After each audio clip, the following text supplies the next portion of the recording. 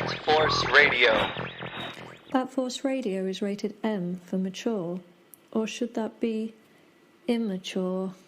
Hey guys, Dustin Wynn. Hey, this is Scott Snyder. This is Paul Dini. And you're listening to Bat Force Radio. And you're listening to Bat Force Radio. You're listening to Bat Force Radio. This is Tom King. I write Batman Bitch, and this is Bat Force Radio.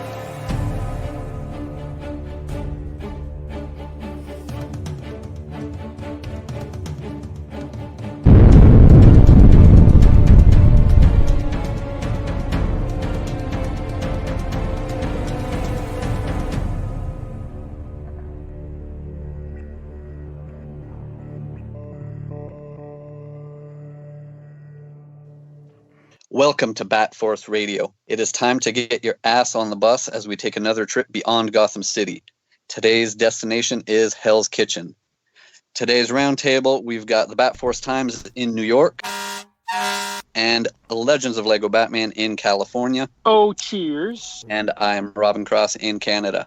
Okay, today's guest is an Eisner Award winner and a true triple threat as an acclaimed author and illustrator, as well as a Canadian. You know him from his work on books like Sex Criminals, Spectacular Spider-Man, and Howard the Duck, among others, Spider-Man Life Story, and we're now 5 issues deep on a particularly good run of Daredevil, the man without fear of trolling people on Twitter, Chip Zdarsky. Yes. I do love particularly good. Yeah. I'm gonna put that on the next trade. Yeah, that's what I was going for. I wanted, I've thought, okay, trade cover quote. Yeah. You don't want to kiss my ass and say very good. Yeah. You got to set the tone. But how's life been recently? Not bad. Yeah, it's been super busy. Mostly because I got a script in for Sex Criminals, and so every day is like, all right, 7 hours of drawing before I can start writing. Now, Which, what's Matt Fraction's? I've never spoken with Matt before. What's Matt Fraction's style of scripting? Like, does he give you much direction in what he wants you to draw, or are you doing a lot of the direction? No, he gives a fair amount of direction.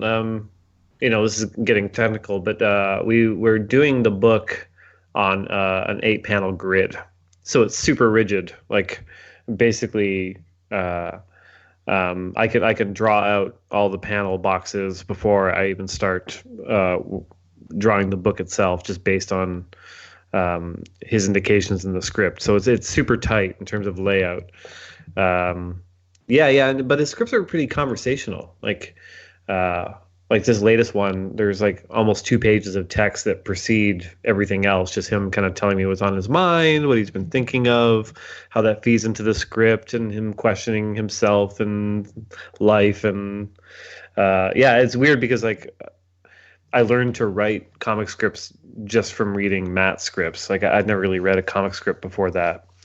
So my scripts are now kind of like Fraction style scripts, which are usually pretty conversational with the artist. And that's not a bad thing to be basing your style around. Yeah, I mean, hopefully. It's funny, like I started doing a project with Marvel that involves multiple writers, and so I'm getting to see how everyone else writes their scripts, and it's super fascinating, all the different ways that people tackle this job. Yeah, it definitely is. That's why I asked what Matt's kind of style was, because you hear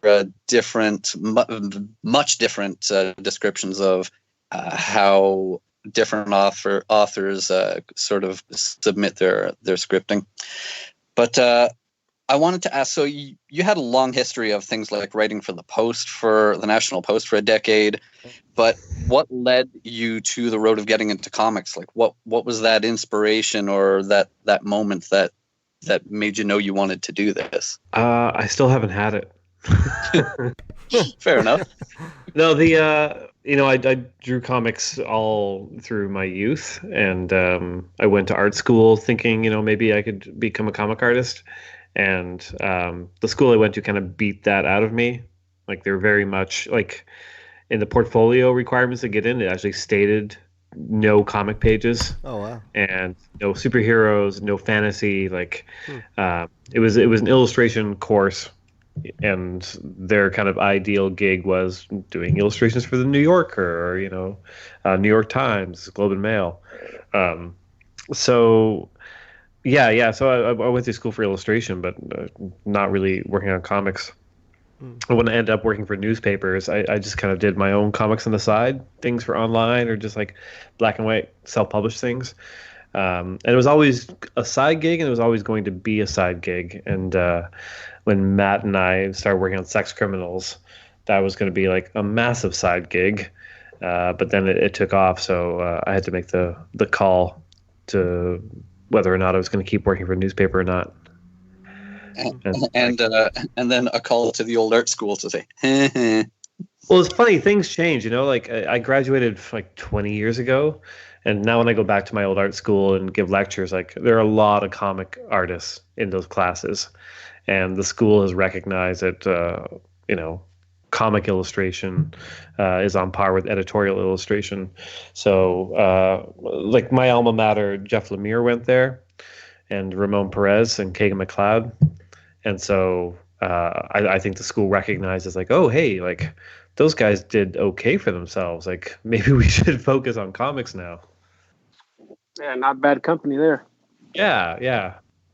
It looks good for the school too. So even though they tried to beat comics out of us, now who's laughing?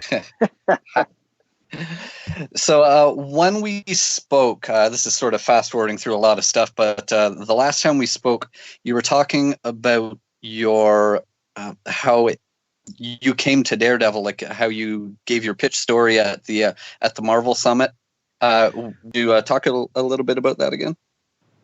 Yeah, I mean, when C.B. Cebulski took over as editor-in-chief, one of the first things he did was he talked to all the various writers that were on contract with Marvel, and he said, just tell me what your dream book at Marvel is. He just wanted to know, just so he can keep that in mind in case those books came free. And I had two titles, and the number one was Daredevil, which may have surprised him, I don't know. But when time came for Charles to wrap up his run, I got the call, like, do you want to pitch on Daredevil? And I'm like, oh God, yes. And so I knew they probably were expecting maybe something more along the lines of what Mark Waid did, something with a bit of a lighter touch. But I feel like it was time to kind of make him as dark as we could go with the character, because I think that's the fascinating thing about the character in the title, that you can kind of get away with doing a more realistic, gritty superhero tale in a universe that maybe doesn't jive with sometimes. And so so I wrote up my pitch, and every 3 or 4 months, all the contract writers fly to New York for a Marvel Summit, Marvel Retreat. And it's like 3 days, kind of in a room where you all talk about stories and events and things coming up. And so it was my turn to pitch Daredevil, and I kind of had the sense just before I started that everyone was expecting kind of a jokey, fun time book, and I think I pitched the hell out of it. Like I was serious, serious tone, serious delivery, and I could tell like people were a little surprised in the room what my plans were, and when I was done pitching, it was like, then you get the feedback. But I'm pitching in front of like Joe Quesada and like Charles and Mark Waid, like the people who like love the character and who have worked on the character and defined the character. And that was nerve wracking, like to pitch to them. So after I pitched, like the questions came, like a lot of people like questioning things that I had in my pitch, what I was doing. And it felt very much like the room was split between people who maybe didn't like what I was planning and people who were really on board with it, because it was kind of going a bit kind of off the rails. So that was the pitch, and I had to defend it in front of the room, in front of the previous Daredevil writers. And it seemed to work out, because I could tell, like, after the pitch, especially a lot of the younger writers would come up to me and tell me like how much they liked it and how they were excited to read it. So that felt good. It felt like I was on the right track. And yeah, and so far it seems to have gone well. Like the issues kind of keep selling out, and they keep going back for more printings, and people seem to be digging it. So yeah, I'm happy. I don't know if they'll stick around, but we'll see. I don't see any signs so far that it would lean towards you not sticking around. Aside from enjoying it myself, I've looked at some of the other reviews that it's gotten online, and they're all super positive reviews that I've seen. Oh, that's good. I haven't actually read the reviews. I try to stay away from those, but you can just get a sense, like on Twitter, when people are like tweeting at you when a new issue comes out, and Marvel lets me know that they're happy with the sales and things like that. So yeah. I when I started writing for Marvel, I started looking at reviews, and then you can kind of go a little crazy doing that. Yeah. Like even sometimes the good reviews you get angry at, because like it might be good, but they're still not quite getting it, and you're just like, oh fuck, like even the good ones are giving me anxiety. Once you realize that, then you have to stop reading them. Even Twitter can be a bad place to look at feedback as well, because it's that kind of place where oftentimes the unhappy people are the loudest. Oh yeah, for sure. I mean, I think if it was a bigger character, not that Daredevil's not a big character, but like, if I was doing X-Men or Amazing Spider-Man, then then you have to kind of like turn off your Twitter notifications, I think. Because there's just like X-Men, especially because there's so many X-Men characters, and not just that, but so many variations of those characters that there's always a fan of one of them, and they're just going to be furious that they're not in the X-Men book, or that you're writing them in a way that doesn't match what's in their head. So Daredevil's a bit easier, because I think a lot of people have an affinity for him as a kind of a darker character. So if you go dark, it's a little hard to lose people, I think. Oh, I mean, we'll see. Like I said, things kind of go off the rails. So yeah, here's hoping. So when you were sort of formulating what you wanted to do with your pitch, for your run, did the fact that you bring different things to the table than Charles does? Like Charles, obviously being a lawyer, like when Charles was on our show during his Daredevil run, he apologized to us for the noise of papers, because he was literally working a case while he was. So him coming from his law background, that obviously is a big influence on how he's going to write a character who's a lawyer. Yeah. But that you bring definitely different qualities to the table. Were you? Well, I'm Charles was doing. I'm in my second year of law school right now, just to get this right. Man, that's a commitment right there. Oh God, no, that would be amazing. You really want to put those Twitter warriors in their place. It was that was one of the things, like when I was taking it over, like knowing Charles's experience in law, like I kind of knew that I could not open with like a court case, because there would be a lot of scrutiny over how that works. Like I've got some court stuff kind of planned, but I kind of need a bit of lead time to set the tone for the book before I do it. Yeah, like. I mean, God, Charles was like born to write the book, right? Whereas I'm not. And so I had to kind of figure out where my strengths were in dealing with a character like this. And, initially, I did have the thought like, oh, maybe I should go fun. I should go light with it. But yeah, it just didn't feel right. Yeah, I don't even know what my strengths are in relation to the book. Like, I think I just love the titles so much. And I'm super interested in the psychoses of somebody who, dresses up as the devil, as a practicing Catholic, and goes and beats people up while also being a lawyer. Like, there's a lot there. That's an upside for that profession. For a guy who's a lawyer by day to do that by night. If I don't get you during the day, then I'm gonna go get you after you walk out of here. Yeah, it's like, And if I make a mistake, they'll just forgive me when I confess. yeah. So I mean, I don't know what my skills are except for the fact that like I love the character and I love the psychology of it. So, and I'm trying to treat this like a novel. Like every issue is like a chapter in a novel, and I think getting into that mindset has helped me a lot in terms of not worrying too much about hitting the beats that an issue's supposed to hit.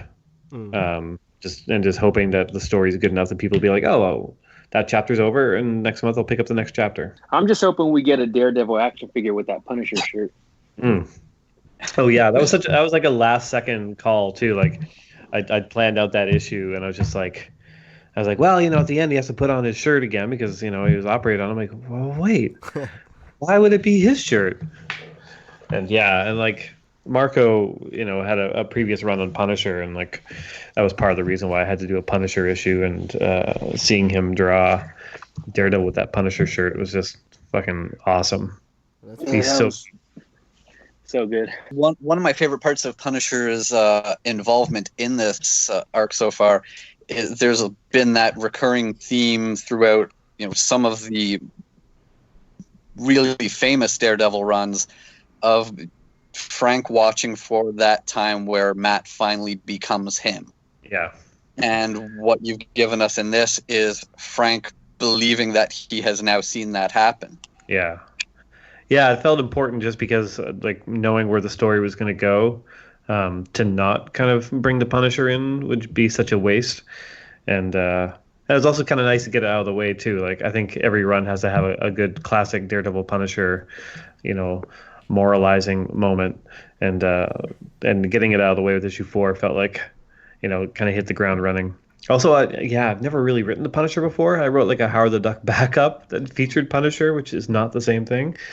And and he's a fun character to write. Like he's a psychopath. And did you watch the Netflix show at all? I watched season 1. It was really good. I just haven't gotten around to season 2. But I was gonna say I in my script, like I really enjoyed having him called Daredevil Phony. Like he's Holden Caulfield from Catcher in the Rye. Oh, yeah. Like it's such a weird character tick that I don't know why I love it so much. One of the things that it led to, what we've left off, currently we're at issue 5, just a few days away from issue 6 at the time we're recording this. So basically Daredevil has been told by everybody, the Defenders and most recently Spider-Man, that okay, this is it, you can't do this anymore. Yeah. And what that led to was there was a real clickbaity article posted on Twitter today from one of the news outlets.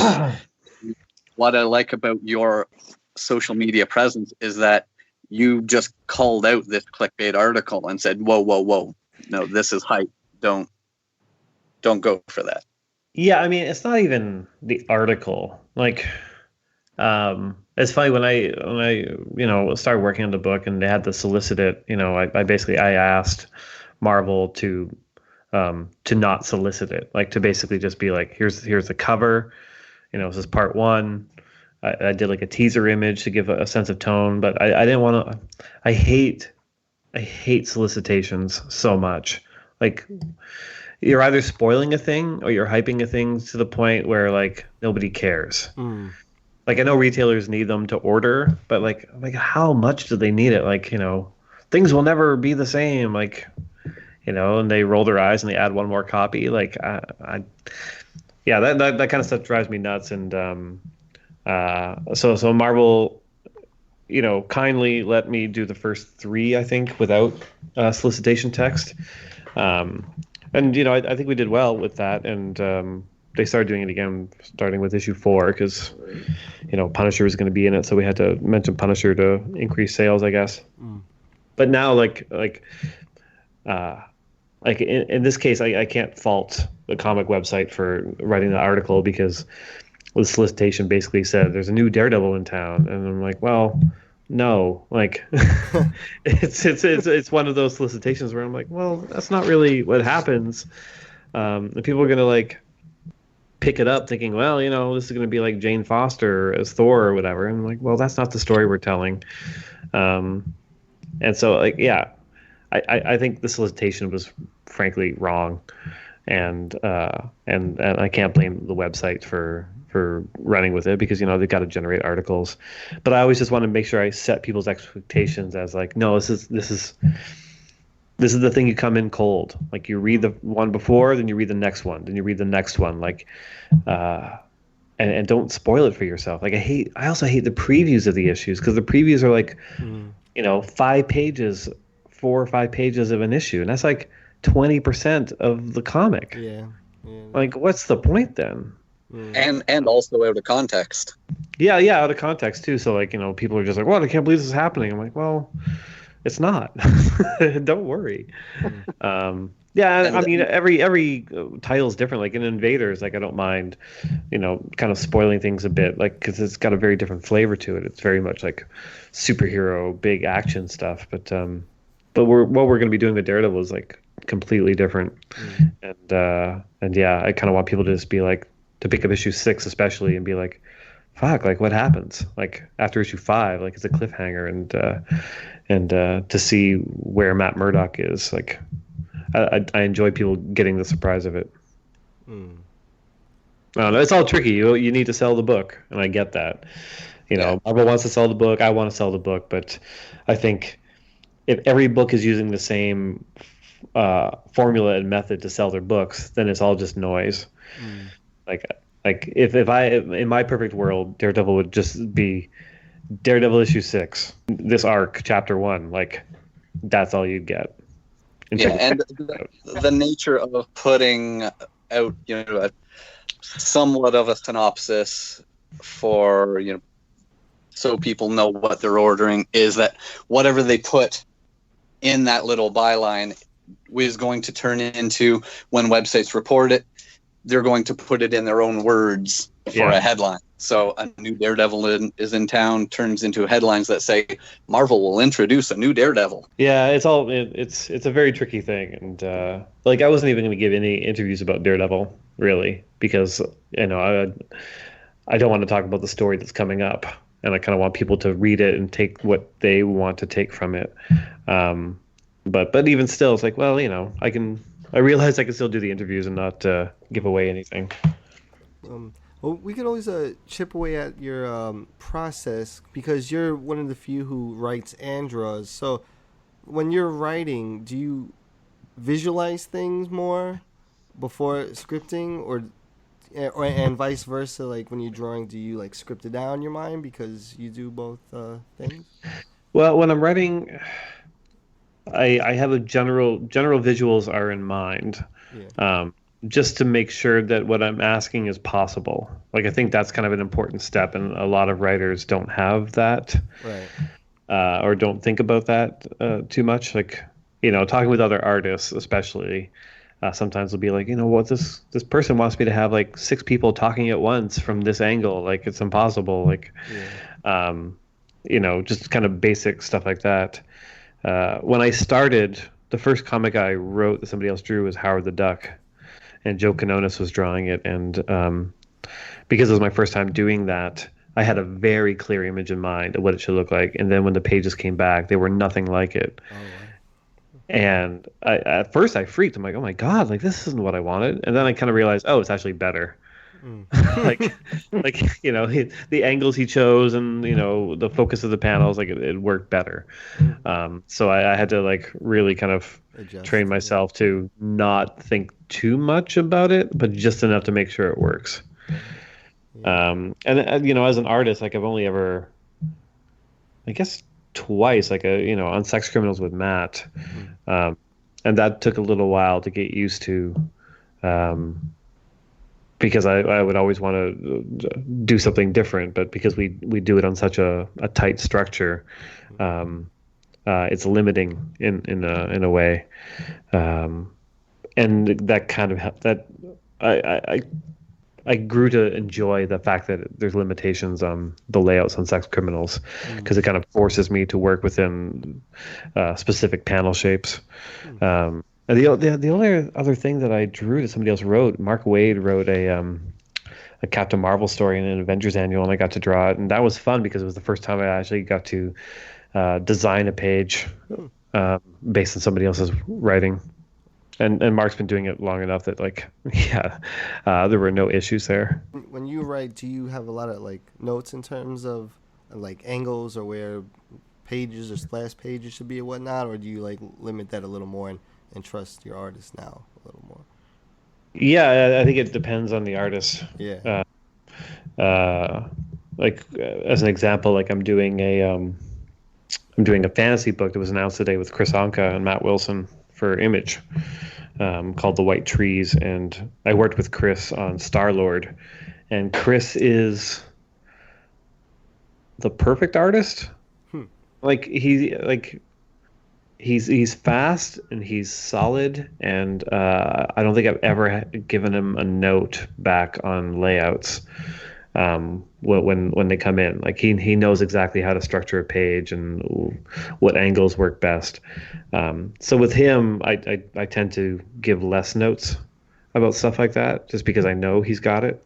I find usually with the newer artists or younger artists, and I get a lot more specific in my scripts, and even then, like I'm probably a pain in the ass to work with, and I totally get it. Like, because my art notes back on layouts, especially, it can sometimes be a lot. And so far, I haven't really had pushback on it. Like nobody's been like, "Whoa, well, that's not a correct thing that you just asked for."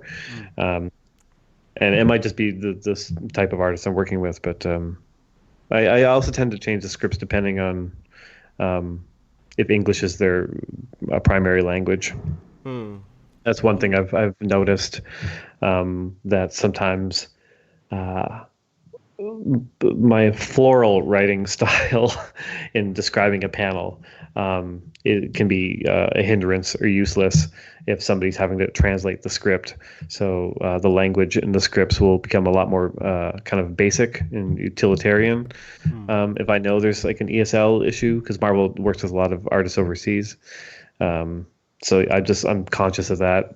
Yeah, it's weird. Like every project's different. I'm more descriptive in a Daredevil script, because I think because Daredevil lends itself to more description, because the character interacts with his environment in a very specific way. So I'll describe kind of the look of like a bookstore that Matt Murdock is walking through more so than I would if it was just Peter Parker walking through that bookstore, because he's taking it in a variety of that are hypersensitive. It's a big deal that you're on this book now, because you're coming, because Charles had it for a while, and then the success of the Netflix series and whatnot, and there's a new generation of fans actually of Daredevil, and as well as the old ones, because he's a very popular character, and they have to be very wary of how Matt is placed in his environments and how he interacts with things, because I think it could be easy to forget sometimes that he is blind, even though he is hypersensitive to so many things, and it's just one of those things that I guess sometimes you just gotta be extra wary of, and and it's that's another thing. I try and do as much research as I can, and the artists do as well. And sometimes one of us will slip up and miss a thing, and that's unfortunate. But it's funny. Mark Waid actually called me out on something. And I'm glad he did, but it was like a scene of Daredevil like on a rooftop, and he's like his radar sense is sensing like the Kingpin in his mayoral office, and it's described in the radar vision, and Mark actually took me aside and he's like, hey, I don't mean to be this guy, but like just so his radar sense doesn't work through windows. Like it's a small thing, and like nobody else is called me out on it, but I'm like, oh shit, like of course it wouldn't. Like you should just said there are a lot of cracked windows in Hell's Kitchen or in New York City. Yeah, exactly. Like, the mayor had his window open. His window open. He's that beautiful day. He's cooling a pie down on the windowsill. Yeah. One cool thing that you highlighted about his abilities, I think it might have been in issue 4 or 5. I don't recall seeing it ever described this way before, but when he's face down after a fight, Matt's face down on the ground. In his sort of internal dialogue, he says that he doesn't have a natural front, so that when you're behind him, you might as well be standing right in front of him. Yeah, that's a cool aspect. I don't think I've seen it described that way before. Yeah, I feel like I pushed it a little bit with that description of natural front because, my assumption is he would still have a natural front. Like he walks in a certain direction, like, all of it, like his limbs all move, like his arms reach in front of him. Like in that sense, he still has a natural front. But like in terms of like how he takes in the city around him, like, yeah, it would totally be like a 360 thing. Yeah, like those Google cars that drive around for the street. Yes, he's exactly like a Google car. If a Google car can also like smell really good. Like some of these Volvo cars that have that 360 view with the rearview mirrors. Yeah, when you're driving. Those are basically Daredevil cars. And maybe in an upcoming issue we'll see Daredevil using some park assist. Maybe Chip will get a Volvo endorsement. Who knows? Yeah, get the big money. So you mentioned when you pitched, before you pitched for Daredevil, that he was one of your 2 or 3 characters at the top of your list. Yeah. Who else is on that list there, if you don't mind revealing? I'll never say. I mean, I'll say if I get the title. Okay. Like, I think one of the problems with answering questions like that is then the person working on the book currently gets nervous. Yeah. Like, oh man, this guy is doing too well. Oh, he's gonna come take my job. Yeah, the book I'd like Amazing Spider-Man, the one that Nick Spencer is currently working on. Like, we'll see the headlines tomorrow. Chip is the new writer of Squirrel Girl. It's funny. I did a convention on the weekend with Ed Brisson, and the question was asked, what character, is the character you most want to work on? And Ed just kind of looked at me. He said, Daredevil. he's like, I would kill anyone to work on Daredevil. He just gave me that look. Like, yeah, I get it. So he's got no problem doing that, but I have the problem. Well, we Canadians are polite. Yeah, exactly. Well, he's Canadian too. He's like man. a weird, malevolent Canadian. I don't get it. Yeah, he's the one. Yeah. Do you have any ideas for longevity on Daredevil? How long you would like to keep going if they allow you to take it as far as you want? Yeah, I mean, I've got plans for 3 years worth at least. Wow. But it entirely depends on if Marvel wants me on it, how sales are doing,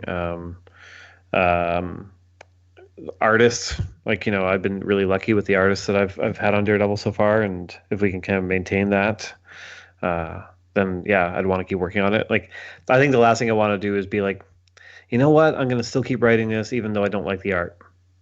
Like, I think that would be a huge mistake. But right now with Marco and Lalit coming on for issue 6, yeah, it's in pretty good hands right now. So yeah, if we can maintain the quality, I think that's the big thing. But yeah, it's the kind of title where you can kind of, there's so much freedom on it. Like, I think when you think of kind of the Marvel titles, almost all of them touch another book in some way. Like, I did Spectacular Spider-Man, and obviously, Amazing Spider-Man. I had to be very conscious of that. If you wanted to do Iron Man or Captain America, well, they're in the Avengers. Any X book has to revolve around what's happening in X-Men. But Daredevil is the superhero where he's kind of left to his own devices. He doesn't belong in the X-Men, doesn't belong in the Avengers. And the title's not big enough that there's high levels of scrutiny on it. If you want to like do something major with Spider-Man in Amazing Spider-Man, then you have to run it by a lot of people. With Daredevil, you could kind of do what you want with the character for the most part, which is super liberating. So to have that opportunity on a character that's popular enough that you can kind of keep maintaining reader interest based on the name of the character, but also not popular enough that you have guys in suits telling you what the character has to do or can't do. That's an exciting proposition, and so I want to keep doing it until something runs out. Well, you found a smart way of doing that with Spider-Man as well, having that it doesn't matter what is going on in other titles, with Life Story being that it's going this decade by decade thing. That's a smart way of also not having to worry about stepping on toes. Was that your concept, or was that something that they came to you with? It was my concept, but I think it's the kind of concept that I think everyone kind of kicks around at one point or another. I didn't even think about it, but I know John Byrne did Generations like 2 decades ago or something like that, where Superman and Batman, like the Golden Age versions, kind of aging in real time. I pitched it as like a Marvel Universe book. Like I kind of wanted to do a big 12 issue kind of maxi series, detailing the Marvel Universe throughout the decades. But the editor, it ended up with Tom Brevoort, wisely talked me off that ledge, because he's like, you can't, you're not going to be telling a story then. Like there's too many characters, there's too many situations. Like it would just be like, and this happened, and this happened, this happened. So he suggested narrowing it down to Spider-Man. Considering I just came off a Spider-Man book, so people, still wanted to see me write Spider-Man. And I think Tom had been batting around doing something like this for a long time as well, so it worked out really well. Though it's funny, originally, the title he came up with, and the title I loved the most, was Marvel Age, which is so great. They age. It's Marvel Age. It's perfect. But the sales department didn't go for it, and we end up with Life Story. But yeah, he had the title in his brain for years, I think. And so when I came along, he was like, all right, yeah, this is a sign, we should do this. And it just kind of fell right now, because if you age Peter Parker up until current day, he's in his 70s, which is a full life. So to do it now made kind of the most sense. If we waited another couple decades, and 90 might be a less interesting comic. We mentioned the influx of new fans that are still coming to Daredevil because of the recent Netflix series, but that's even more so a thing with Spider-Man right now, given the new Spider-Man actor having been in Infinity War, Endgame, everything, and Into the Spider-Verse still being recent. So that's another one that there's a huge influx. I suppose, but Spider-Man never really goes away. There's a Spider-Man movie every year or two since when was the first Sam Raimi one? And even before that, there were always cartoons about him. Daredevil was never a thing, really. Besides showing up in that Incredible Hulk made-for-TV movie, which excited the hell out of me as a kid. But there's really no instance of Daredevil after that. There's no big video games with him, and there's no movies or TV shows until the Netflix show. So you really notice it with that. I don't think you notice as much as Spider-Man. But yeah, the Netflix fans are definitely coming to the comic now. It's so interesting about how isolated and how the Daredevil universe, even Punisher's its own thing. And I saw this hilarious video edit today of all of the Marvel characters coming through the portals in Endgame, and then they go over to the elevator surveillance footage of Daredevil and Jessica Jones. They're all stuck in the elevator, and it says waiting for their portal to open, and then more portals are opening, and then they're just still trying to get out and shit. So, it is their self-contained universe, but I love it because it's gritty. It's the Daredevil universe. It's the Gotham of Marvel in a way, It's it's when you see Cap in Brooklyn, or Spider-Man in Queens, whatever. It's gritty, but it still has that uppity, colorful Marvel feel. But when you see Daredevil, you get that grit, man. You get that dark grid. Yeah, so I mean, a lot to play with. Yeah.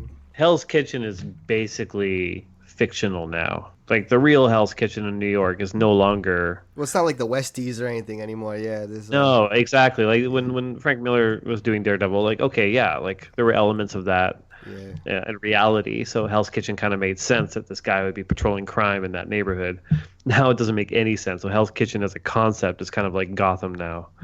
You know, it's kind of it's like a fake mini city within the Marvel New York, which is really interesting. Like I know that the Netflix show handled it really well by making it as a result of the fallout of the the Avengers battle in New York, but yeah, there's no real proper explanation in Marvel Comics as to why Hell's Kitchen is still just like downtrodden and crime filled and dark with water towers everywhere. The one place in America that hasn't been gentrified. Yeah. We still have that that cross, that strobe cross, right, Gramps? We came across it that day. No pun intended. No. Yes, sir. I thought of this on the drive home today. What would you tell your high school self if you could? Oh. God, everything I just went to is sexual.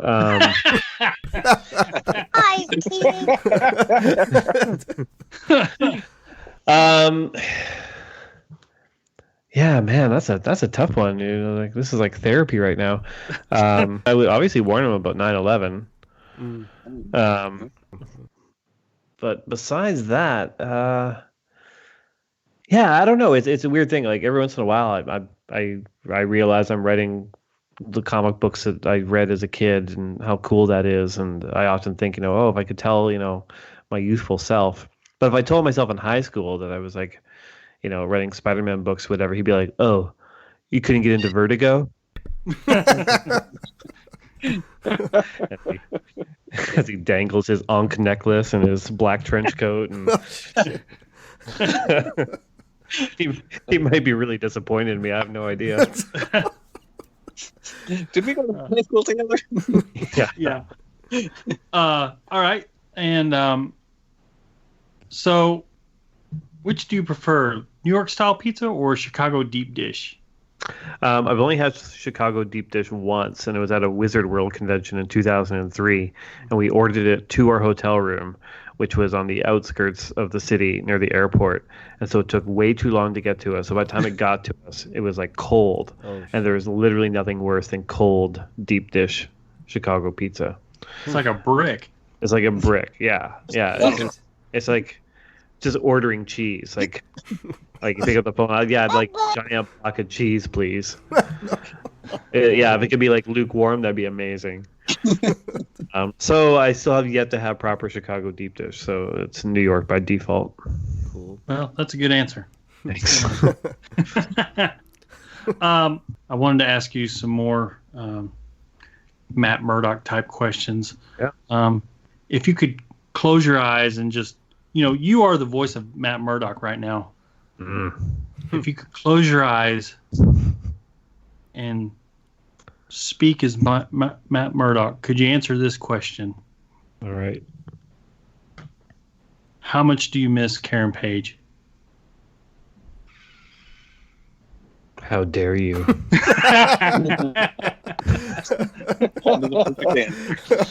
That would be his answer.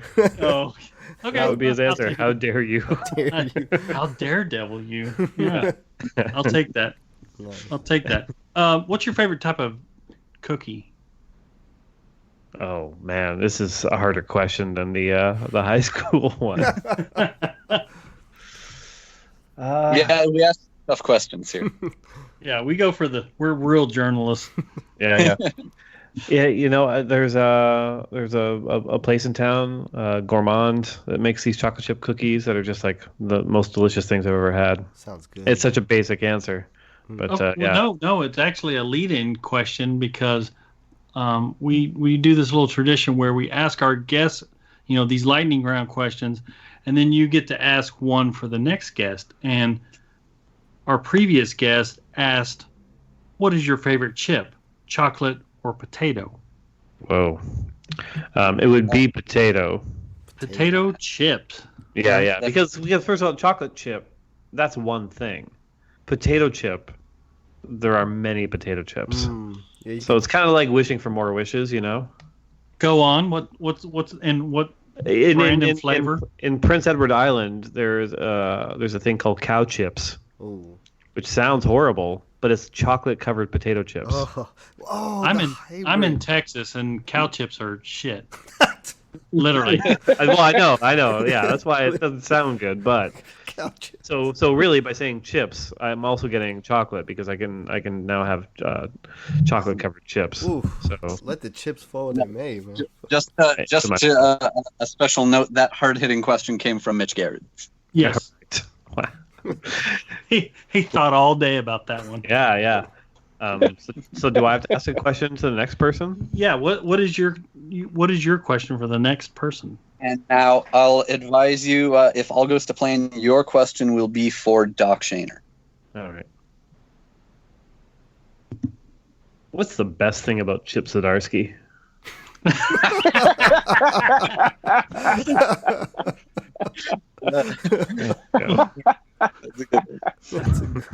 Okay, I've got one other I'd like to ask. What's the best advice you've been given, and who gave it to you?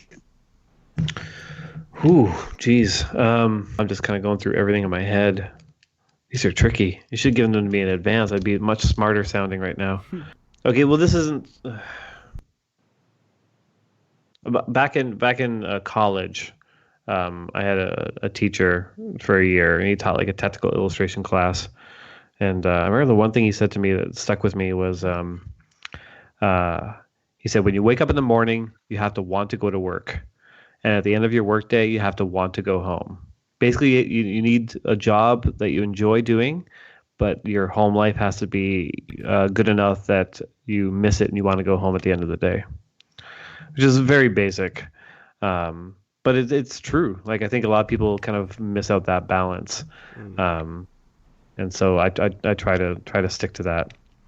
I will say this is not a quote that was given to me or advice given to me, but in my studio, I have one motivational poster, which is just a piece of paper that I printed this phrase out on, and I put it in front of my desk. And it just says, "Nothing gets done if you don't fucking do it." It's that could be one of those cat posters. Yeah, it could be, but like it's a picture of a cat not doing anything. It's very simple, and it's just like, oh yeah, and then I always forget that. Like during the day, I'll be like just taking too long on the page, and I'll look at some YouTube videos, and I'll go back and draw a panel or something. I'm like, well, it's got to get done. It's just not going to get done unless I do it. So if I do it, it's done. It's a very basic way of looking at work, but I think a lot of people actually forget that as they kind of procrastinate and put stuff off. Gramps keeps a sign up in his house that says it's not going to suck itself. Yeah, I mean that's another way of putting it.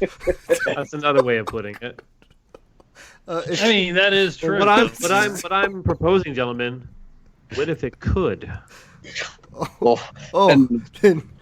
Maybe world peace, baby. World peace. Let's get our top scientists on it. Tell your high school self that. Don't worry, one day it will suck itself. If you could have dinner with one person who's lived throughout history, dead or alive, any human being who's lived, who would it be? Jeez, that's another one. Yeah, that's weird. Jack Kirby, I guess. Oh, nice. That's cool. Yeah, but like Jack Kirby, like it would have to be Jack Kirby younger. Yeah. Not towards the end of his life, but maybe like when he was working on New Gods. Oh wow. Just so you'd have enough stories of Marvel. Yeah. But also all the crazy shit he was doing at DC as well, and some war stories thrown in for good measure. That's the king. And plain or peanut M&Ms? I'm gonna go with plain. Oh. Sometimes the peanut, by then you're like, oh no, that was a bad one. Yeah, that's true. those little. Never happens with the chocolate those ones. Weird peanut. And the last one I got is, if you could have one superpower, what would it be? Well, it's funny, Sex Criminals revolves around the idea that the characters, when they have sex, time stops, and then they go and rob banks. And honestly, time stopping would be fucking amazing, so I could just get all my work done. It's the saddest, 9 out of 10 guess. Yeah, that's a it's like the popular saddest. It's the saddest response. Like any of us that give that response need to really reevaluate their lives, probably. Yeah, you could tell the deadliners with those responses. Yeah, Wow. yeah, exactly. But, Now, since you brought up Kirby and the New Gods stuff, and obviously we are, for the most part, a Batman show. How dare you? I know. If you could work on any DC character, who would that be? Well, again, it's that tricky thing. You don't want to take a book from somebody. Yeah, I don't know. Here's one that's not happening right now, so I'd pick it. I was a huge fan of Justice League International. oh, okay. Baptiste and Keith Giffen and Kevin Maguire, Adam Hughes, like that's my jam. Like I love that book more than anything. It's the only DC comic that I collected to completion, like where I had all of it at some point. Yeah, I loved it. It was the perfect blend of like humor and seriousness and action. It's to me, it's the platonic ideal of a superhero comic. Our friend Dustin Nguyen has been dying for years to draw a Batman Daredevil crossover. Oh yeah, so that was who super hasn't? cool. Yeah, the two of you guys could get that rocking. That would be cool. Well, he got the perfect guy right now, like Bendis. Like, yeah, like he redefined Daredevil, and now he's over at DC. Like, Yeah, it's so I would gladly step aside to see Bendis do a Batman Daredevil book. Wow. I mean, I love Batman. Like, I wrote one thing for DC a couple years ago. It was like a Harley Quinn 8-pager, Joe Quinones drew, and just knowing it was my only shot doing a DC thing, I threw Batman, Robin, and Joker in there just to say that I wrote Batman once. That was the 25th anniversary book, I think, right? Yeah. I would kill to do a Batman Daredevil book, but I would also just happily let Bendis do it because then I could enjoy it as a reader. Well, if it still works out when they do crossovers, it's like, one company does their version, the other company does another. I guess it would be Bendis on that side and you on this side. So that would be yeah, that'd be fun. That'd be awesome. If the big two would just get along a little better like they used to, then maybe. Well, they're no longer the big two. That's the problem. Yeah, that's true. It's Warner Brothers and Disney, which is really big two. Yeah, the really big two. Well, it's sort of like Disney is the big one, and then there's everybody else as they buy everything. And it's true. I can't even imagine the legal paperwork that would be required between those two companies just to put out a couple of comics, like featuring each other's characters. It's so ridiculous. It was like that toy company NECA was doing the Batman Alien and Batman Predator 2-pack action figure sets based on the crossover comic books. And then Disney bought Fox, and it was like licensing hell. Like, jeez, all the paperwork and complications and it's just it's a nightmare, man. Like, we just want our toys. I know. Yeah, it's the world we live in, though. Yeah, but man, Chip, we just want to thank you so much for your time. Awesome to hear your insight in terms of what you're doing with Daredevil and everything else, and best of luck to everything else you got going on coming forward in the future, man. We look forward to it. We really do. Thanks for having me, guys. Hey, Gotham dwellers. Make sure to stop everything right now and subscribe to Bat Force Radio. We can be found on iTunes and SoundCloud. Don't miss out. Guaranteed to satisfy all of your Batman and DC needs.